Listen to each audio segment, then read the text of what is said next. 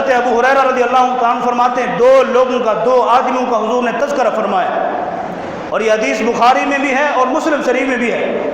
تذکرہ کیا ہے؟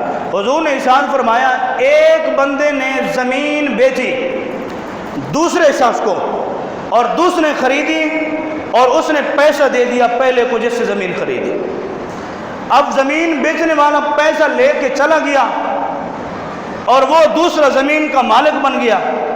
اب وہ ایک دن زمین کو کھود رہا تھا کچھ کاشت کرنے کے لیے، کچھ بیجنے کے لیے، کچھ بونے کے لیے، تو اس بیلچے کے ساتھ وہ ٹکے لگا رہا تھا، بیلچے کے ساتھ زمین کو کھود رہا تھا۔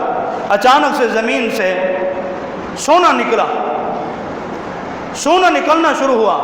جب بھی بیلچہ مارتا ہے ہر بیلچے کے نیچے سونا ہی سونا۔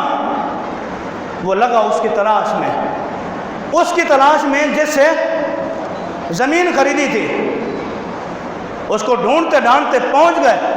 ان کو کہا کہ یار میں نے آپ سے زمین خریدی تھی، وہ تو آپ کی زمین میں سونا پڑا ہوا ہے، لہذا زمین میں نے تو آپ کو زمین کے پیسے دیے تھے، میں نے آپ کو سونے کے پیسے نہیں دیے تھے، میں نے آپ سے سونا نہیں خریدا تھا، لہذا وہ آپ اپنا سونا نکال کے لے جائیں اور میری زمین رہنے دیں۔ اس نے کہا کہ نہیں، یہ سونا بھی تمہارا اور زمین بھی تمہاری۔ انہوں نے کہا نہیں، زمین میری ہے، سونا تمہارا ہے۔ بات ختم ہونے کو نہیں آ رہی، فیصلہ ہونے کو نہیں آ رہا کہ کون کیا لے اور کون کیا نہ لے۔ تیسرا آدمی جس کو ثالث مقرر کیا گیا، حضور اکرم صلی اللہ علیہ وسلم نے ارشاد فرمایا تیسرا آدمی جس کو ثالث مقرر کیا گیا۔ اب ثالث کا کام کیا ہوتا ہے؟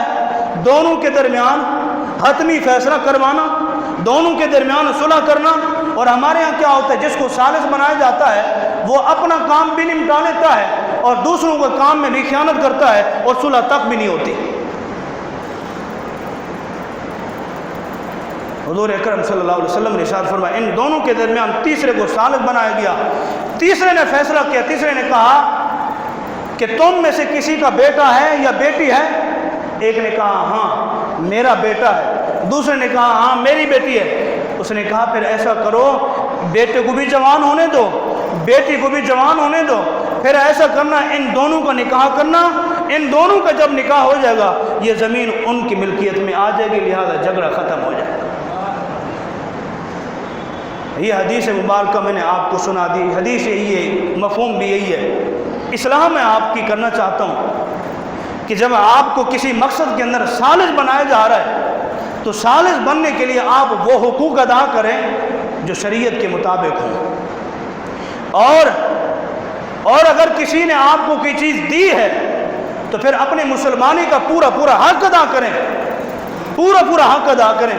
اب تو ہم دوسروں کے حق کو بھی دبانے کے لیے ہر ممکن کوشش کرتے ہیں کہ جتنا ہو سکے دوسرے کے حق کو دبایا جائے۔ آج بہنیں دعائیاں دیتی پھرتی رہتی ہیں، آج بہنیں اپنے والدین کو، اپنے بھائیوں کو گالیاں دیتی پھر رہی ہیں۔ کیوں؟ حق کھا کے بیٹھ گئے، حق دبا کے بیٹھ گئے، زمین دبا کے بیٹھ گئے، والدین کی دولت کو دبا کے بیٹھ گئے، اور بہنیں فریادیں کر رہی ہیں۔ بہنیں کبھی کسی دارالافتاء میں چلی جاتی ہیں فتویٰ لینے کے لیے، کبھی کس مولوی صاحب کے پاس، کبھی کس، میں کہتا ہوں فتوے لے لو، فتوے حاصل کر لو، ان سے مقصد تمہارا حاصل نہیں ہو سکتا، نہیں حاصل ہو سکتا۔ زیادہ سے زیادہ دکھا لو، جو اڑ جاتا ہے وہ اڑ جاتا ہے۔ ہاں یہ کہ اللہ اور اس کے رسول صلی اللہ علیہ وآلہ وسلم کا فرمان اس کے دل کو پگھلا دے، اس کو سیدھے راستے پر لے آئے۔ اگر کوئی سن رہا ہے تو امید کرتا ہوں اللہ رب العالمین کی بارگاہ میں کہ اللہ رب العالمین کے محبوب کی حدیث کی برکت سے اس کی اصلاح ہو جائے۔